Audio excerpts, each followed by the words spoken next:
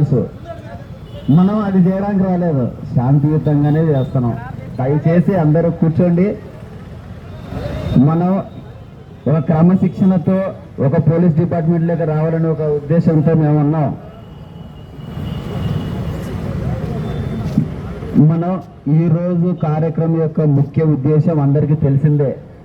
మనం ఏదైతే జాబ్ క్యాలెండర్లో 2100 పోస్టులకు మాత్రమే నోటిఫికేషన్స్ అనేది వాళ్ళు విడుదల చేస్తున్నారు. ఈ పోస్టులతో 28 జిల్లాలకు గాను ఏ ఒక్కరికి కూడా ఏ కేటగిరీలో ఒకసారి పోస్ట్ ఉండొచ్చు, పోస్ట్ ఉండకపోవచ్చు. ఇదే విషయం మేము చాలా సార్లు కూడా మీకు అందరికీ చెప్పడం జరిగింది. మేము చాలా మందికి తెలియకపోవచ్చు, కొంతమందికి మేము తెలుసు. ఇక్కడ మొదటి నుంచి మేము చెప్తానే ఉన్నాము. శ్యామ్ ఇన్స్టిట్యూట్లో కొన్ని వేల మంది కూడా మీరైతే ప్రిపరేషన్లోనే ఉన్నారు. మీకు ఒక పోస్ట్ రానప్పుడు మీ ప్రిపరేషన్ ఎందుకు? మీ ఆత్మ పరిశీలకనే నేను వదిలేస్తున్నాను. కొంతమంది విద్యార్థులు అంటున్నారంట, మాకు ఒక పోస్ట్ వస్తే చాలు సార్ అని. ఆ ఒక్క పోస్ట్ లేనప్పుడు నువ్వేం చేసుకుంటావు? ఒక్క నోటిఫికేషన్ విలువ కొన్ని సంవత్సరాలు. బాగా అర్థం చేసుకోండి. ఇక్కడ 2100 పోస్టులు ఇప్పుడు నువ్వు తీస్తే ఏ ఒక్క డిస్టిక్లో కూడా పోస్టులు ఉండవు. ఉంటే ఎక్కడైతే మెజారిటీ ఉన్నాయో మనకు రాజధాని ప్రాంతాలు అయితే జిల్లాలు అయితే అక్కడ మాత్రం రావడం జరుగుతుంది. మిగతా ఎక్కడైతే ఉండదు. దయచేసి ఆంధ్రప్రదేశ్ అభ్యర్థులారా మీరు కళ్ళు తెరుచుకోండి. ఇప్పటికైనా నేను ఒక నిరుద్యోగిగా నేనే చెప్తున్నాను. కొంతమంది ఇక్కడ తెలియకపోవచ్చు. గత నోటిఫికేషన్లో మేము ఏ విధంగా పోరాడామో, ఎన్ని పోస్టులు వచ్చాయో. మన కర్మ ఏంటంటే ఏపీలో ఫిలిమ్స్ పెట్టడానికి మనం ధర్నా చేయాలి, ఈవెంట్స్ పెట్టడానికి ధర్నా చేయాలి, రిజల్ట్ కావాలని చెప్పడానికి ధర్నా చేయాలి, ఏజ్ పెంచాలని చెప్పడానికి మనం ధర్నా చేయాలి. మనం బానిస బతుకులాగా బతుకుతున్నట్టుంది మన గవర్నమెంట్కి. మన యూతా లేదంటే ముస్లింలమ్మ? మీరే చెప్పండి. మరి యూత్ పవర్ ఏంటి? ఇంతేనా మనది? కాదు కదా. ఎవరైనా ఎవరి డిస్టిక్లో వాళ్ళు ఉన్నారో వాళ్ళు ఇప్పుడు వరకు చాలా శాంతియుతంగా చాలా ప్రశాంతంగా మీరు ధర్నాలు చేస్తున్నారు. మన యొక్క నిరసనని శాంతియుతంగా చాలా కంట్రోల్గా చేశారు. ఆ కంట్రోల్ని మనం అదే విధంగా చేద్దాం. ఆ కంట్రోల్ని అదే విధంగా చేసుకునే బాధ్యత ఎవరిది తెలుసా? ప్రభుత్వానిది.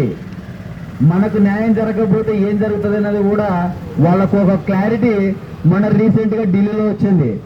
ఇక్కడ కూడా అదే విధంగా మళ్ళీ వాళ్ళు కోరుకుంటారా లేదంటే వీళ్ళ న్యాయమైన డిమాండ్ను వాళ్ళు పరీక్షిస్తారనేది గవర్నమెంట్ చేతుల్లో ఉంది. అభ్యర్థులారా, ఇక్కడ వచ్చినటువంటి అందరికీ కూడా పేరు పేరునైతే నేను ధన్యవాదాలు చెప్తున్నాను. ఇదే మీరు ఈరోజు ఏదైతే చేస్తున్నారో ఇదే పోరాటాన్ని మీ జిల్లాలో మీరు కంటిన్యూ చేయండి. రేపు 5వ తారీఖు ఏదైతే మనం శాంతియుతంగా ఎవరికైతే ఎమ్మెల్యేలకి మినిస్టర్లకి అందరికి రిప్రజెంటేషన్ లెటర్ మనకు ఆల్రెడీ గ్రూప్లో సర్క్యులేటేషన్లో ఉంది. ఆ రిప్రజెంటేషన్ ప్రింట్ తీసుకోండి, పేరు రాసుకోండి, అదేవిధంగా వేయండి. అందరికీ కూడా మన యొక్క హక్కుని అడగండి. మనం భిక్షం అడగట్లేదు, హక్కుని అడుగుతున్నాం. ఇది మాత్రం గుర్తుపెట్టుకోండి.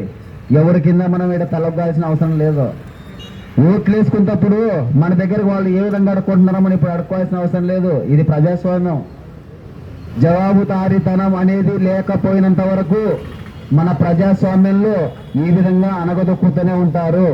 ఆ జవాబుదారాన్ని ప్రశ్నించే యొక్క గొంతు ఈరోజు మన యువతకు కావాలని అయితే నేను ఈరోజు కోరుకుంటున్నాను. సో ఎవరు కూడా వాళ్ళ యొక్క హక్కుని మీరు డిమాండ్ చేయాలని అయితే ఈ సభాముఖంగా నేనైతే కోరుకుంటున్నాను. మన హక్కును సాధించేంత వరకు మనం పోరాడతాం. Thank you. ముందుగా ఈ ధర్నా కార్యక్రమానికి వచ్చినటువంటి మిత్రులందరికీ కూడా టీవైఎఫ్ఐ గుంటూరు జిల్లా కమిటీ తరఫున ప్రత్యేకంగా ధన్యవాదాలు తెలియజేస్తాం. ప్రధానంగా రాష్ట్ర ప్రభుత్వం మేము అధికారంలోకి వస్తే ఖచ్చితంగా ప్రతి సంవత్సరం నోటిఫికేషన్ ఇస్తామని చెప్పి ప్రకటన చేసిన తర్వాత కూడా మనం చూస్తే దాదాపు సంవత్సరం తర్వాత నోటిఫికేషన్ అని చెప్పి ఖాళీలతో ఈ సంవత్సరం భర్తీ చేస్తామని చెప్పి ప్రకటన చేసింది.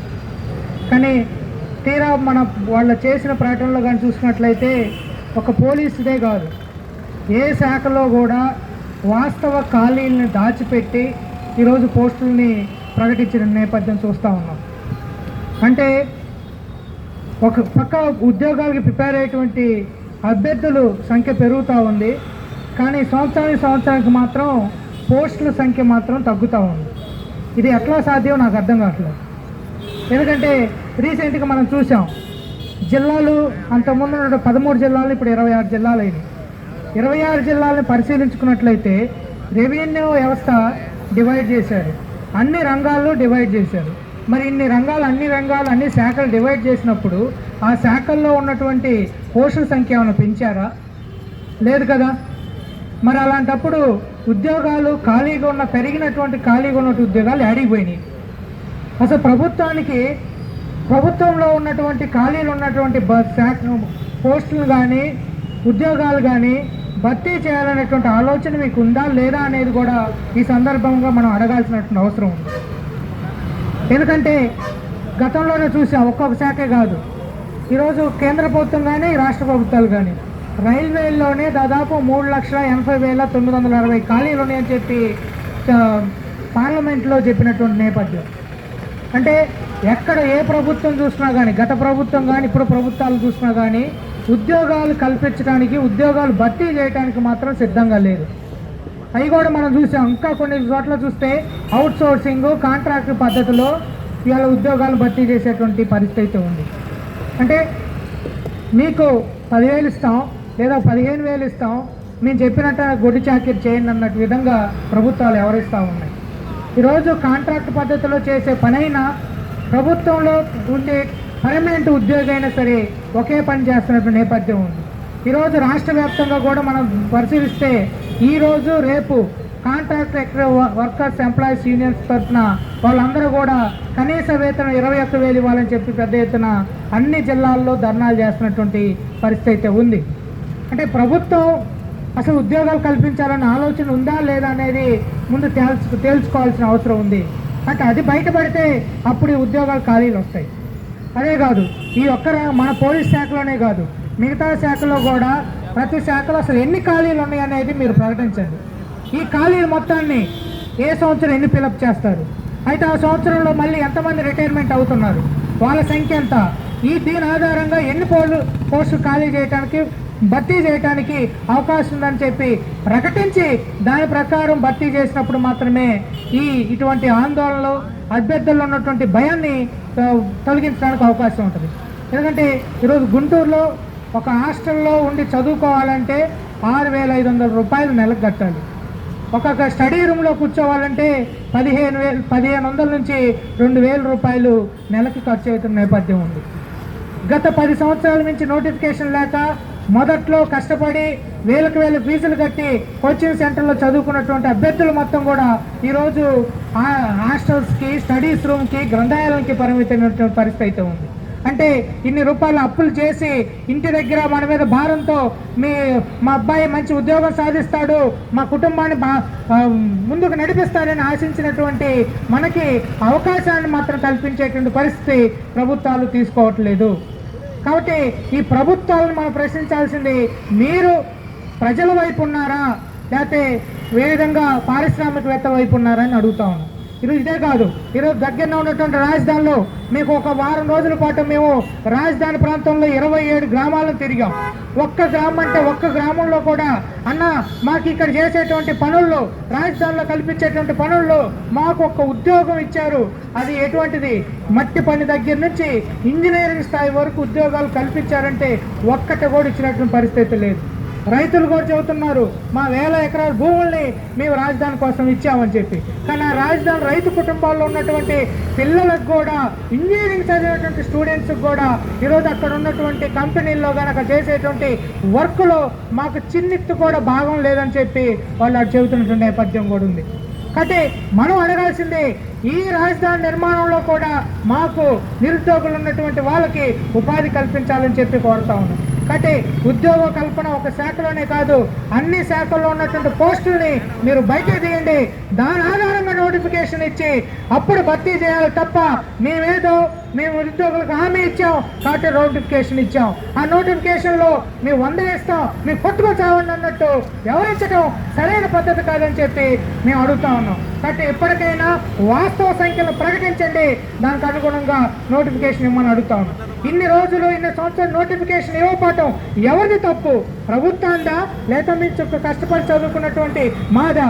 మీ తప్పుకి మేమెందుకు బలి కావాలని చెప్పి అడుగుతా ఉన్నాం. అందుకని ఈరోజు పోలీసు వ్యవస్థలోనే కాదు, ఓయా పరిమితి పెంచమని అన్ని పోస్టుల్లో కూడా డిఎస్సి వాళ్ళు అడుగుతున్నారు. ప్రతి శాఖలో ఉన్నటువంటి అభ్యర్థులు కూడా మా పోస్టుల యొక్క పరిమితిని, ఓయా పరిమితిని పెంచమని చెప్పి అడుగుతా ఉన్నాం. దీనివల్ల ప్రభుత్వానికి ఒక్క రూపాయి కూడా ఖర్చు అయ్యేటువంటి నేపథ్యం కూడా లేదు.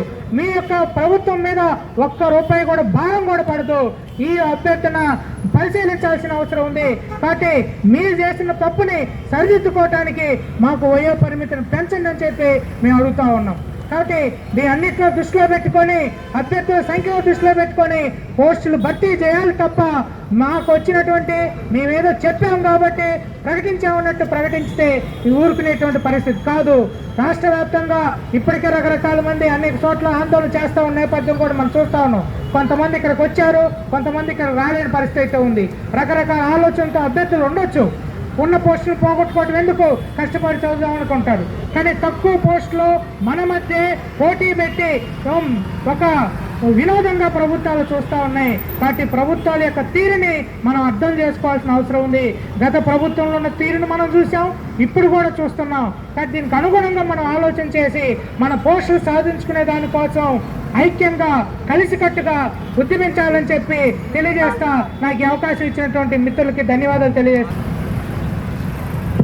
ఫ్రెండ్స్, ఒకసారి మొదటిది, రెండవది డివైఎఫ్ఐకి సంబంధించి మేము ఇప్పుడు ఈరోజు కార్యక్రమం సంబంధించి కానీ లేదా ఎక్కడైనా కానీ డివైఎఫ్ఐగా ఎక్కడ ఎవరిని ఆన్లైన్లో కానీ లేదా ఫోన్పే ద్వారా కానీ ఎవరిని మనీ అడగదు. గుర్తుపెట్టుకుని ఎవరైనా పొరపాటున అట్లాంటి నేను గ్రూప్లో చూశాను. అంటే మీరు ఎవరైనా అర్థం చేసుకుంటే మాకే అభ్యంతరంలే. కానీ డివైఎఫ్ఐగా మాత్రం ఎవరిని ఒక్క రూపాయి కూడా ఆన్లైన్లో ఫోన్పేనో లేదంటే నంబర్ పెట్టో ఏమీ అడగడం జరగదు. క్లియర్? ఈ కార్యక్రమం సంబంధించి కూడా ఈ అంతా ఇప్పుడు ఒక్కోటి మీకు ప్లకార్డులు ఇచ్చాం, ఒక 50 ప్లకార్డులు వేయించాం. ఒక్కోటి 20 రూపాయలు, అది A3 సైజు. ఇవన్నీ మేము బ్యానరు అట్లాగే ఈ మైక్, ఈ ఖర్చులన్నీ కూడా ఒక సుమారుగా ఇంత అయింది. మేము సొంతంగానే డివైఎఫ్ఐ గానే పెడుతున్నాం. అందుకనే మీరు అది అంటే జనరల్గా ఈ గ్రూపుల్లో కొంత అట్లాంటి ఇప్పుడు నిరుద్యోగ జేఎస్ ముసుగులో కొంతమంది తెలుసుగా మీ అందరికీ తెలుసా? నిరుద్యోగ జేఎస్ ముసుగులో కొంతమంది వసూలు బ్యాచ్ వసూలు రాజాలు బయలుదేరారు. అందుకనే ఓకే పేరు గురించి అందుకని ఇట్లాంటి వాళ్ళు తయారవుతుంటారు. సరే, దీనికి అంతటి కారణం ఏంటో మీ అన్ని పక్కన పెడితే ఇది మీ దృష్టిలో ఉండాలి. అందుకని మీరు చేయాల్సింది ఏంటంటే అన్ని జిల్లాల్లో డివైఎఫ్ఐని అప్రోచ్ అవ్వండి. ఈ పోరాటాన్ని మొత్తం ఒకే రోజు 26 జిల్లాల్లో జరిగే రకంగా ప్లాన్ చేద్దాం. ఆగస్టు 15 నాటికి మొత్తం ఒకే రోజు అన్ని జిల్లాల్లో ఎన్ని జిల్లా కలెక్టర్ ఆఫీస్ ఉంటే అన్ని జిల్లా కలెక్టర్ ఆఫీస్ ముందు మన నిరుద్యోగుల గొంతుగా వినిపిద్దాం. అది ఆగస్టు 15 నాటికి అది ప్లాన్ చేద్దాం. ఈ రెండు మన ముందున్న టాస్క్. మీరు అంతా చేయాల్సింది ఏంటంటే ఇప్పుడు ఆన్లైన్లో ఇష్టం ఉంది అందరికీ, డివైఎఫ్ ఏపీ కొడితే మన వీడియోలన్నీ వస్తున్నాయి.